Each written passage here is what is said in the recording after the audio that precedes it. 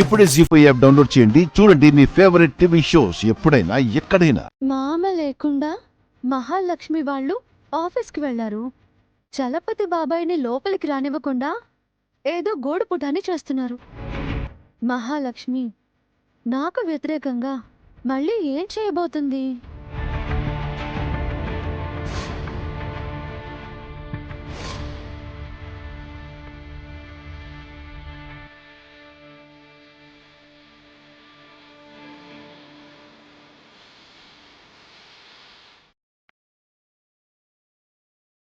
నమస్తే లాయర్ గారు. నమస్తే. నమస్తే ఆడిటర్ నమస్తే. గారు. మీకోసమే మహాలక్ష్మి గారు వెయిట్ చేస్తున్నారు. రండి. ఆ.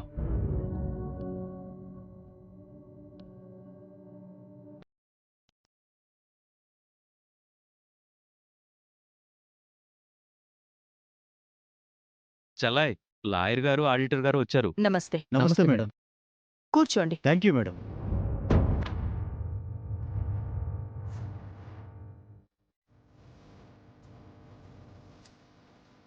బావా, నువ్వు అకౌంట్ సెక్షన్కి వెళ్ళి లాస్ట్ ఇయర్ మన ట్రాన్సాక్షన్స్ అన్ని ప్రింట్అవుట్ తీసుకొనరా. వీళ్ళు నన్ను ఇక్కడి నుంచి పంపించేయాలనుకుంటున్నారా? త్వరగా వెళ్ళండి అన్నయ్య, లేట్ అయిపోతుంది. ఖచ్చితంగా వీళ్ళేదో ప్లాన్ చేస్తున్నారు. వెళ్ళు బావా.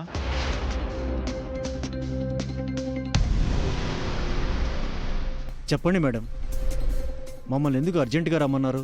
మా కంపెనీకి సంబంధించి అన్ని విషయాలు మీరు చూస్తుంటారు కదా, అందుకే మీతో చెప్పి కంపెనీలో కొన్ని చేంజెస్ చేయాలి అనుకుంటున్నాను. ఏంటి మేడం ఆ మార్పులు? కంపెనీలో మా అబ్బాయి ప్రాపర్టీ 50% షేర్ ఉంది. అది నా పేరు మీదకి ట్రాన్స్ఫర్ అవ్వాలి.